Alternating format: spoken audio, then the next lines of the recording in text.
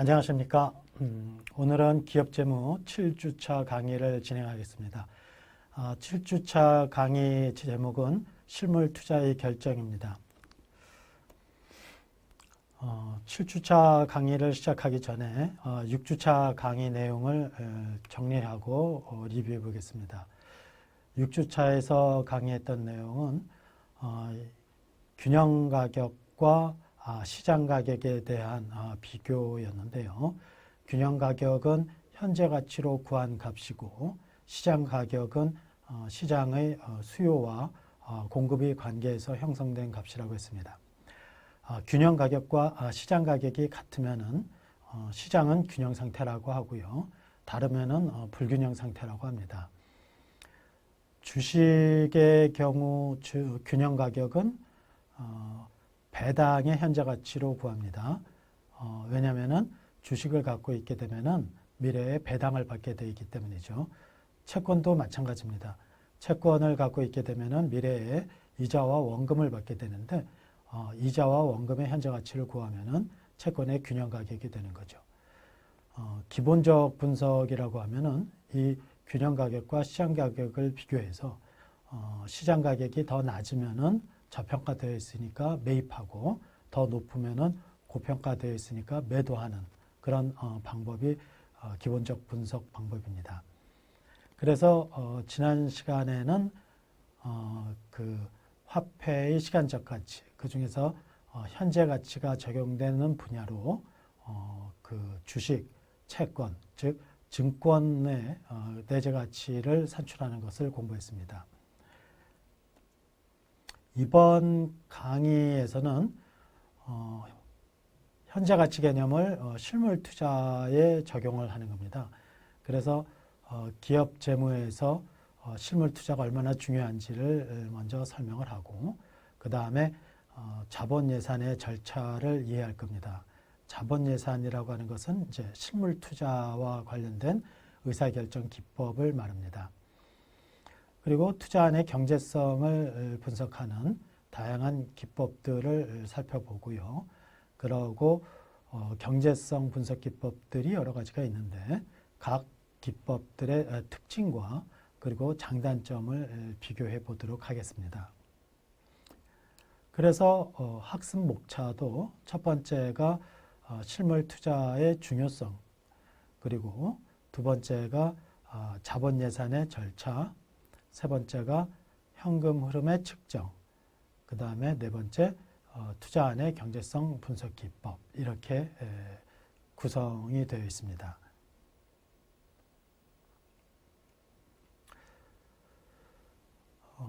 첫 번째 실물 투자의 중요성에 대해서 설명을 하도록 하겠는데요. 경영자라면은 항상 두 가지 의사결정 문제를 다루어야 합니다. 첫 번째의 그 의사결정 문제는 실물 투자의 결정이죠. 그러니까 어떤 곳에 투자를 해서 회사가 먹고 살 것인지 그거를 고민을 해야 됩니다. 이와 관련된 공부가 이제 자본 예산 이론이고요. 두 번째는 투자를 하기로 결정이 됐으면은 투자 자금을 마련을 해야 되는데 이 자본을 어떻게 조달할 것인가 이것을 고민해야 되죠. 그래서 자본 조달의 결정 문제를 다루는 것을 자본 구조 이론에서 공부하게 됩니다. 여기서 이제 그 실물 투자라고 하면은 기업이 영업 활동을 위해서 기계를 구입하거나 공장을 설립하는 것을 말합니다. 그러니까 삼성전자가 반도체 공장을 설립한다든가 아니면은 현대자동차가 인도에 현지 공장을 설립한다든가 또 SK텔레콤에서 새로운 그 새로운 설비를 도입해서 통신 서비스를 업그레이드 시키겠다든가 이런 것들이 바로 실물 투자와 관련된 문제가 되겠고요. 자본 조달 결정은 이제 이렇게 실물 투자를 하는데 필요한 자금을 어떤 방법으로 조달할 것인가를 결정하는 겁니다. 그러니까 자본을 조달하는 방법은 이제 여러 가지가 있는데 그 중에서 크게 두 가지로 나누면은 그 부채와 주식 이렇게 이거는 타인 자본과 자기 자본 이렇게 두 가지로 나눌 수가 있어요. 그래서 타인 자본으로 조달할까 아니면은 자기 자본으로 조달할까 또 둘 다 섞어서 조달한다면은 어느 정도 비율로 섞어서 조달하는 것이 좋을까 이런 것을 결정하는 것이 자본 조달 결정입니다.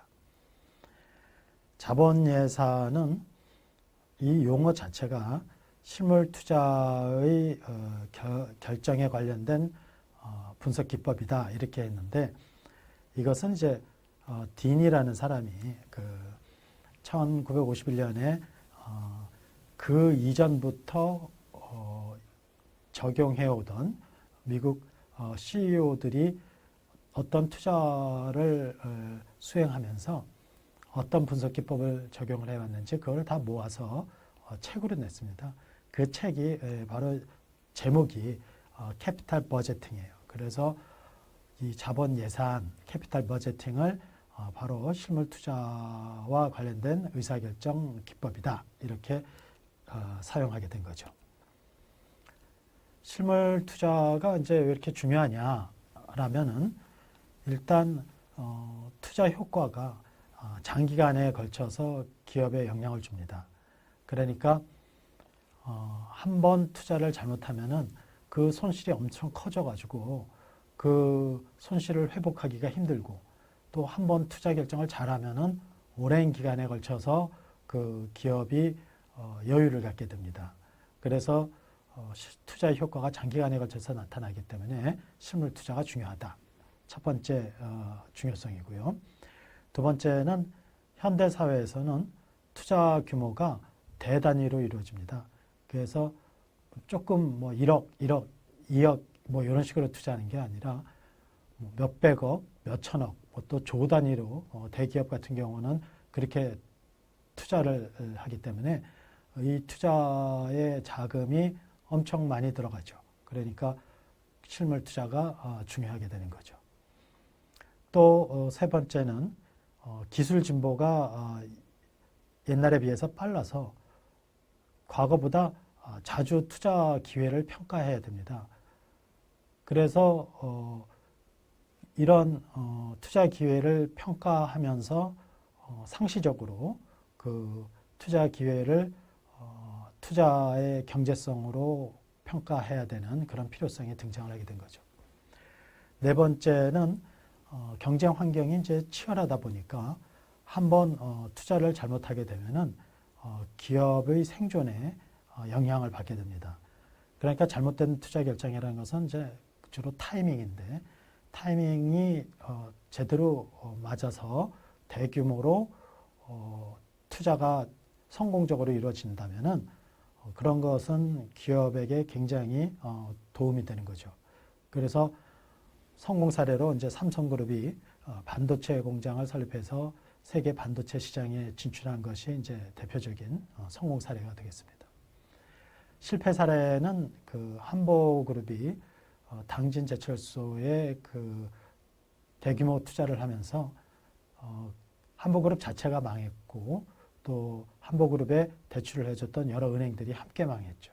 이런 것이 이제 자본 예산의 대표적인 실패 사례라고 할 수 있겠습니다. 자본 예산의 절차는 몇 단계를 거치게 되는데요. 첫 번째가 투자 기회를 탐색하고 선정하는 겁니다. 어떤 분야에 투자 기회가 있을까를 살펴보는 거죠. 그리고 그 투자 기회가 괜찮다 싶으면은 그 다음에 해야 될 일은 그 투자안을 수행했을 경우 앞으로 나가야 될 돈과 들어오게 될 돈, 그 현금 흐름을 측정을 하는 겁니다. 그래서 시간선상에 현금 흐름을 나타내고 세 번째로 해야 될 것이 그 투자안의 경제성을 분석하는 것입니다. 투자안의 경제성을 분석하는 기법은 이제 여러 가지가 있어서 그 우리가 좀 더 이제 자세히 뒤에서 살펴볼 것입니다. 아무튼 투자안의 경제성이 있다고 판단이 되면은 그 투자 자금을 조달을 해야 되고요. 그 조달한 자금을 가지고 투자안을 수행을 해야죠. 투자안을 수행을 하고 그 다음에 사실 이 그림에는 안 나타났지만 하나 더 나타나면은 그 통제 및 사후 관리, 요 피드백의 과정까지 포함을 시키는 것이 좋겠습니다. 그래서 5단계로 구성되어 있다고 보는 게 좋겠어요. 5단계로. 보통 우리가 피드백은 보통 다 이루어지는 그런 과정이니까 이런 식으로 여기서 투자안을 수행한 후에 상황이 변화되면은 그 앞에 단계에 다시 영향을 미치게 되는 거죠. 그래서 첫 번째 1단계에서는 투자 기회의 탐색과 선정인데요. 이것은 기업의 기술력이나 자금력, 경영 전략 등을 검토해서 투자 기회를 탐색하는 겁니다. 그러니까 우리 기업의 기술력 수준이 있을 거고 동원할 수 있는 자금 규모도 있을 겁니다. 그리고 회사가 설정해 놓은 경영 전략이 있을 텐데 거기에 부합되는 투자 기회를 찾아내는 거죠. 1단계에서는. 그래서 1단계에서는 CEO의 통찰력이 요구되는 단계입니다. 그러니까 CEO는 직접적으로 분석을 다 본인이 하는 것은 아니고 자금부와 생산부, 마케팅부 이런 쪽의 그 정보를 수집을 해서 그리고 우리가 앞으로 나가야 될 경영 전략의 방향이라든가 이런 거를 생각을 해서 그 CEO가 결정을 하는 거죠. 그러니까 삼성그룹 같은 경우 이제 전자 반도체 이런 시장이 지금 잘 되고 있지만 차세대 먹거리를 어느 쪽에 두느냐 그런 경영 전략이 바이오 산업 쪽으로 검토를 하고 실제 그쪽으로 이제 기업도 설립을 해서 진출을 하고 있는데 이런 것들이 바로 투자 기회의 탐색과 선정에 해당이 되겠습니다. 두 번째 단계에서는 만약에 바이오 산업으로 진출하기로 했다. 그러면은 바이오 산업 쪽에 회사를 설립했을 때에 어떤 현금 흐름이 예상이 되는가를 측정을 하는 거예요. 그러니까 구체적인 어떤 회사를 찾아서 그러니까 삼성 같은 경우에 반도체 분야에서 차세대 산업으로 바이오 산업의 투자 기회를 탐색하고 선정을 한 것으로 알고 있어요. 그리고 거기서 삼성 바이오로직스라는 회사를 설립을 해서 지금 잘 나가고 있는데 그때 설립하는 단계에서 이 회사를 설립하면은 앞으로 현금 흐름이 어떻게 들어올까? 그러니까 그 바이오 산업의 매출의 증대와 또 바이오 산업을 진출하면서 투자되는 비용 이런 거를 파악을 해야 된다는 거죠. 만약에 수작업을 바이오 산업 아니고 일반 제조업이라고 한다면은 수작업으로 하는 기계를 자동 로봇 설비로 바꾼다. 이러면은 비용 절감이 될 텐데 인건비 절감이 이제 현금 유입이 되겠죠. 그리고 로봇 설비면은 수작업으로 하는 설비보다는 추가적으로 운영비가 발생을 할 텐데 그런 경우는 이제 현금 유출이 되겠습니다. 아무튼 어떤 투자를 함으로써 현금 유입과 현금 유출이 어떻게 이루어지는가를 2단계에서 분석을 해야 돼요. 세 번째 단계에서는 이제 투자안의 경제성을 분석을 하는 건데요. 이거는 2단계와 3단계에 합쳐서 이 두 개는 이제 전문가의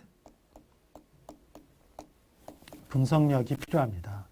1단계에서는 투자 기회를 탐색하고 선정하는 것에서는 CEO의 어떤 통찰력이 요구되는 단계인데 비해서 2단계와 3단계의 현금 흐름의 측정과 투자안의 경제성 분석은 전문가의 분석력이 필요한 거죠. 그래서 재무 전문가라든가 또 그 분석을 전문적으로 할 수 있는 사람들이 현금 흐름을 측정을 하고 그 다음에 경제성을 분석하는 거예요. 현금 흐름은 2단계에서 측정을 했다고 하고 그 다음에 이 측정된 현금 흐름을 근거로 투자안을 수행할 것인가 기각할 것인가를 결정하는 거죠. 그런데 만약에 현금 흐름을 측정을 했더니 이렇게 3년 동안에 이걸 이제 나타내는 건 이제 시간선이라고 그래요. 그래서 여기서 만약에 500의 투자 비용이 들어가서 여기서 200, 여기서 200, 여기서 200 이렇게 돈이 들어온다고 하자. 이런 현금 흐름이 측정되었다고 하자. 이런 경우에 그러면 이걸 할 것인가 말 것인가 이것을 결정하는 기법이 여러 가지 분석 기법이 있습니다. 그래서 똑같은 현금 흐름이라고 해도 적용 기법에 따라서 어떤 기법은 투자의 경제성이 있다고 하고 또 다른 기법은 없다고 하고 이렇게 나뉘기도 합니다. 여기서 화폐의 시간적 가치를 고려하지 않는 방법은 전통적 기법이라고 하고요. 화폐의 시간적 가치를 고려하는 것은 그 현금 흐름 할인법, DCF법이라고 합니다. 자세한 것은 이제 좀 이따 보도록 하고, 마저 이제 4단계와 5단계를 설명하겠습니다. 4단계에서는 만약에 3단계에서 투자안의 경제성이 있다고 판단이 되면은 투자 자금을 조달해서 투자안을 수행을 하는 거죠. 그래서 자금 조달은 은행에서 돈을 빌리거나 회사채를 발행하는 방법으로 조달할 수도 있고 주식을 발행할 수도 있고 또 회사가 그동안 벌어놓은 이익을 가지고 쓸 수도 있고 이런 방법이 있는데 이런 방법은 자본 구조이론에서 공부를 하도록 하겠습니다. 마지막 5단계인데요. 5단계에서는 통제 및 사후 관리라고 했습니다. 그래서 투자안을 수행한 후 사후 관리를 하는 겁니다. 그래서 처음 계획대로 투자한 것이 처음 계획대로 실행되고 있는지를 확인하고 만약에 투자 환경에 변화가 있다면은 경제성도 바뀌지 않겠습니까? 그러니까 이를 반영해서 수정하는 그런 피드백 과정을 수행을 하게 됩니다. 이렇게 그 자본 예산의 절차는 4단계로, 5단계로 설명할 수 있고요. 이제 우리가 그 중요하게 보는 것은 그 5단계에서 2개입니다. 하나는 현금 흐름의 측정 단계와 또 하나는 그 경제성 평가 단계. 그러니까 앞에서 우리가 이렇게 과정을 살펴봤는데 자본 예산의 절차를 그 중에서 요 현금 흐름의 측정 단계와 투자안의 경제성 분석 요 2개가 좁은 의미로 경제성을 분석한다라고 하면은 요 하나만 얘기를 하지만 크게 좁은 의미로 얘기하면 요거 하나를 얘기하지만 넓은 의미로 경제성 분석한다고 그러면은 현금 흐름의 측정과 투자안의 경제성 분석을 함께 포함해서 말하기도 합니다. 그래서 첫 번째 현금 흐름의 측정과 관련된 내용을 설명드리도록 하겠습니다. 자본 예산에서 측정하는 현금 흐름은 순현금 흐름이에요. 그래서 이거를 net cash flow라고 합니다. 그래서 net cash flow는 cash inflow에서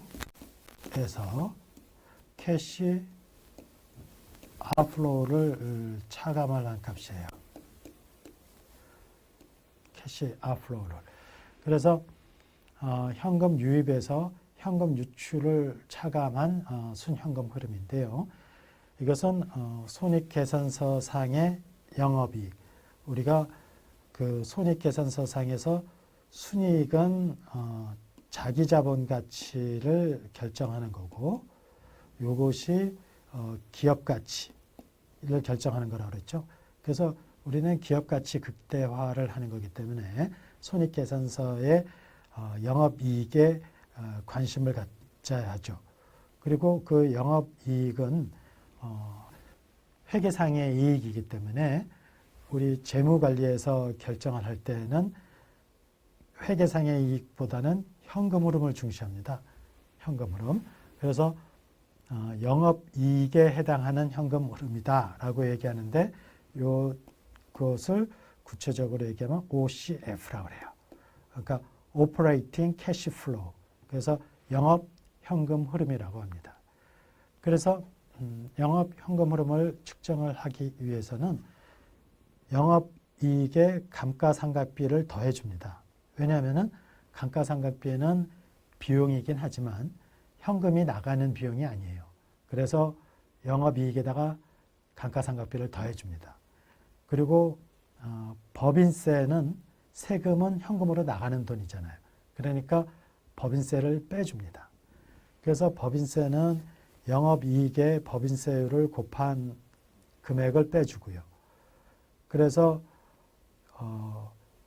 손익계산서상의 영업이익과 자본예산에서 영업현금 흐름은 개념은 같지만 영업과 관련된 거지만 손익계산서상에는 영업이익이고 여기서는 영업현금 흐름이에요. 그리고 영업현금 흐름을 측정하는 것은 영업이익에다가 감가상각비를 더해주고 법인세를 차감을 하는 거예요. 그러니까 어떻게 쓰면 되냐면은 OCF는 우리가 이제 영업이익은 EBIT라고 표시합니다. EBIT. 영업이익은 Earnings Before Interest and Tax. 이자와 세금을 빼기 전 이익이다. 그래서 영업이익이라고 하는데 OCF는 세금을 빼고 난 다음에 EBIT. 그러니까 세후 EBIT에다가 감가상각비를 더해준다 이거예요. 이렇게 감가상각비. 이게 바로 영업 현금 흐름이고 자본 예산에서 측정해야 되는 현금 흐름입니다. 그래서 이제 그 간단하게 아까 얘기한 것처럼 OCF는 영업 현금 흐름이 의미하고 우리가 이제 요걸 측정해야 되는 거예요. 그래서 세후 EBIT에 감가상각비를 더한다 이거예요. 그러면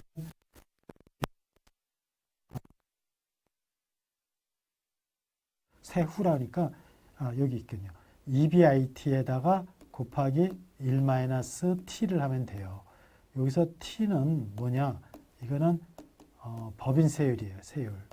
그러니까 세율이 예를 들어 40%다 라고 하고 EBIT가 250이다.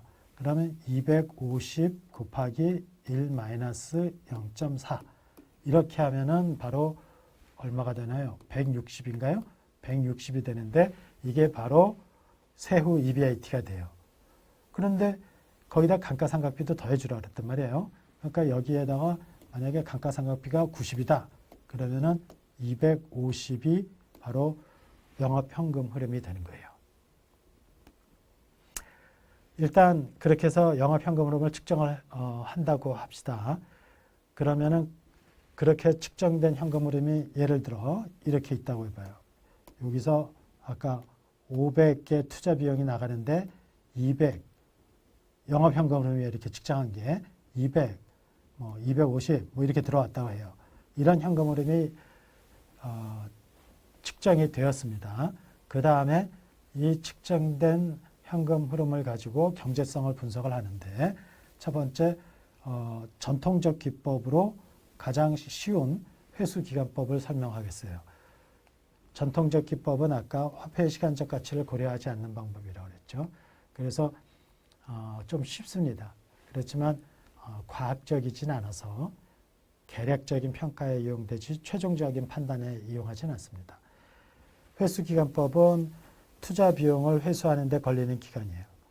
그러니까 여기서 아까 500에 투자를 해서 200, 200, 250이 들어온다면은 2년까지 해도 400밖에 안 들어왔잖아요. 그러니까 요 정도 돼서 한 100이 더 들어와야 2점 몇 년이 되어야 요 500 투자 금액이 회수될 거 아니에요.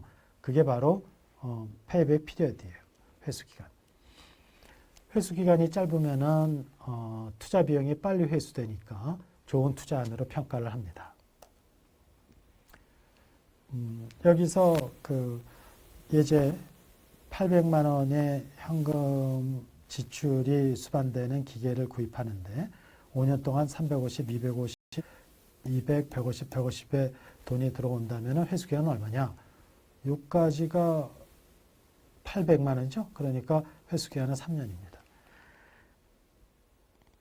내용은 단순하죠.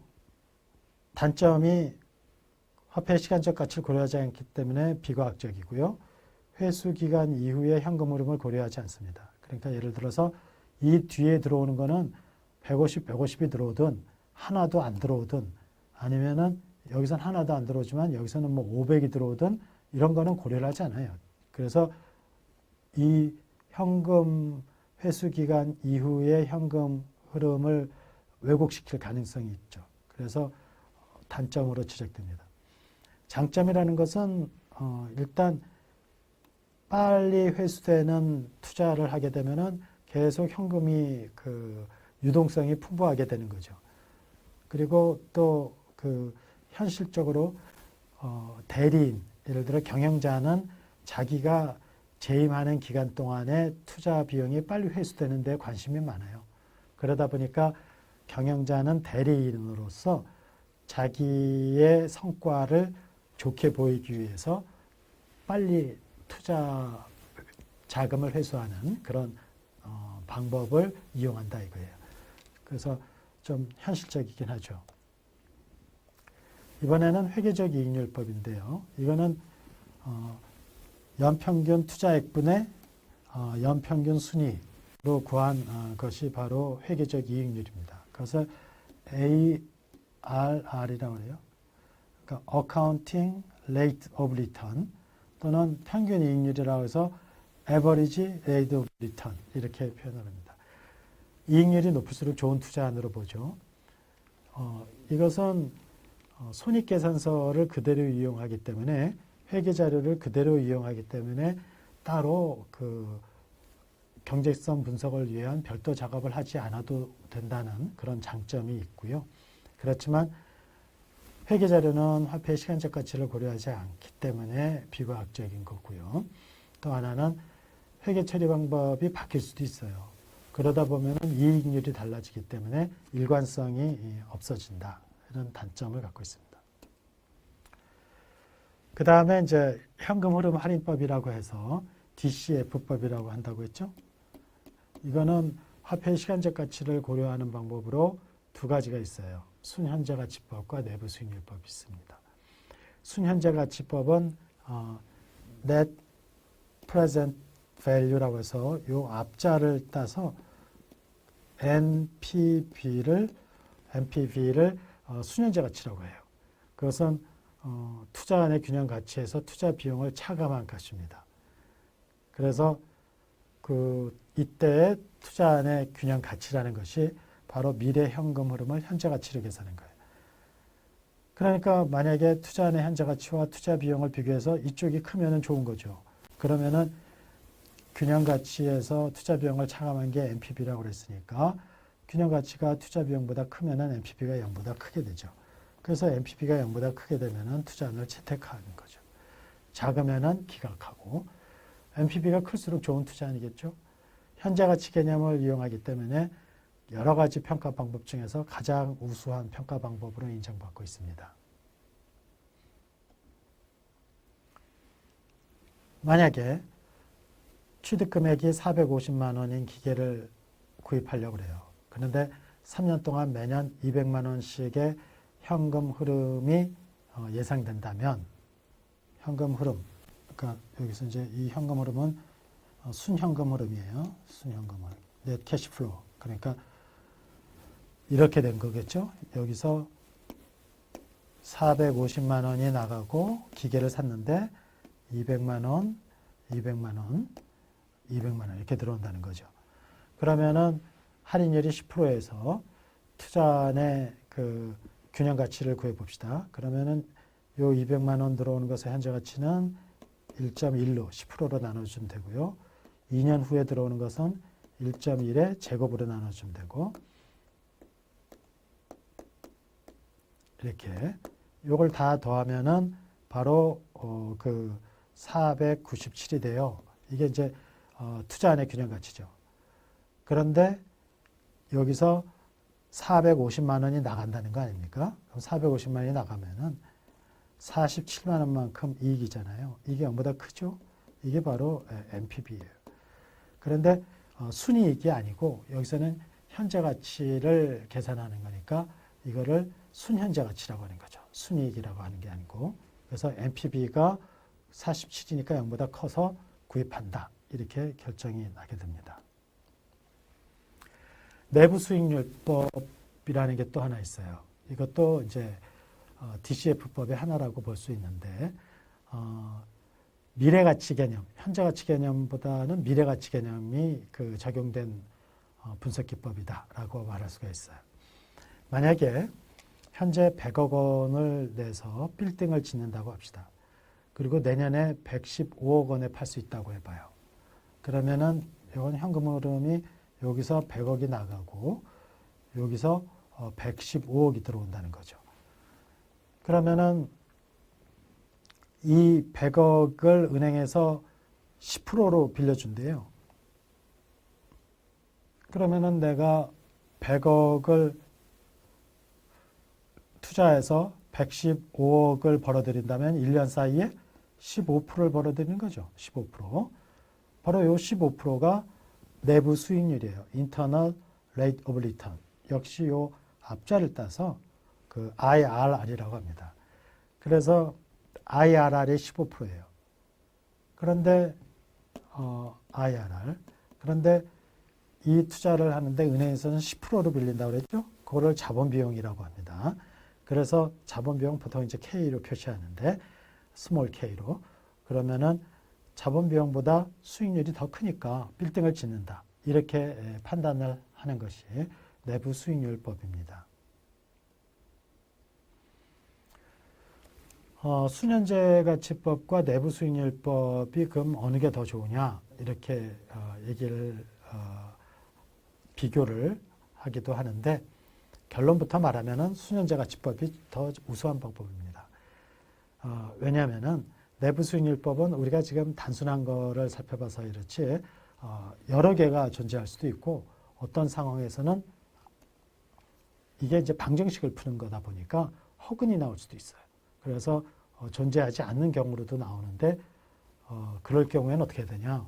그럴 때는 또 다른 복잡한 방법을 동원해서 해결하는 방법이 있긴 해요. 그런데 그렇게 하지 않고 그냥 순현재 가치법을 쓰면은 그 복잡하게 해서 만들어낸 그 결과가 똑같습니다. 그래서 그냥 순현재 가치법을 써라 이러는 거예요.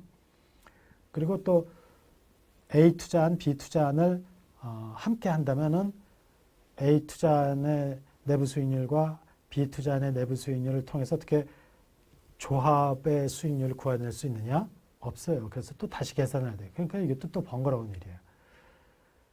그리고 그 내부 수익률을 중간에 들어오는 투자의 현금 유입을 가지고 재투자할 때 쓸 수 있다는 가정을 하기 때문에 지나치게 낙관적이라는 비판도 있습니다. 뭐 여러 가지가 있는데 내부 수익률법이 문제가 있다는 것은 여러 가지 방법이 있어요. 그런데 증명을 할 수 있는 방법이. 그런데 여기서 간단히 여러 개 존재할 수 있다. 존재하지 않을 수도 있다. 반복해서 계산해야 되는 경우도 있다. 지나치게 낙관적이다. 이것만 해도 그 순현재 가치법이 우수하다는 것을 우리가 그 이해할 수 있을 겁니다. 요번 그 자본 예산에 대한 내용을 좀 정리를 해볼까요? 실물 투자와 관련된 의사결정 기법을 자본 예산이라고 한다고 했습니다. 그 자본 예산이라는 말은 그 딘이라는 사람이 그 1951년에 그 책을 내면서 책 제목을 써서 그 책 제목이 그대로 그 기법으로 이용이 된 겁니다. 자본 예산의 절차 중에서는 여러 다섯 단계가 있는데 그 중에서 현금 흐름의 측정과 투자의 경제성 분석이 중요합니다. 경제성 분석 기법에는 회수기간법, 회계적 이익률법, 수년자가치법, 내부수익률법이 있는데 그 중에서 수년자가치법이 가장 우수한 방법이다 라는 설명을 드렸습니다. 다음 시간에는 위험과 수익률의 관계를 공부하도록 하겠습니다. 위험의 의미와 종류, 측정 방법을 설명하고 포트폴리오를 이해하고 그 다음에 체계적 위험, 비체계적 위험 그리고 체계적 위험으로 베타를 이해하고 베타와 수익률의 관계를 설명하는 것을 다루겠습니다. 자, 오늘 강의는 이것으로 마치도록 하겠습니다. 다음 시간에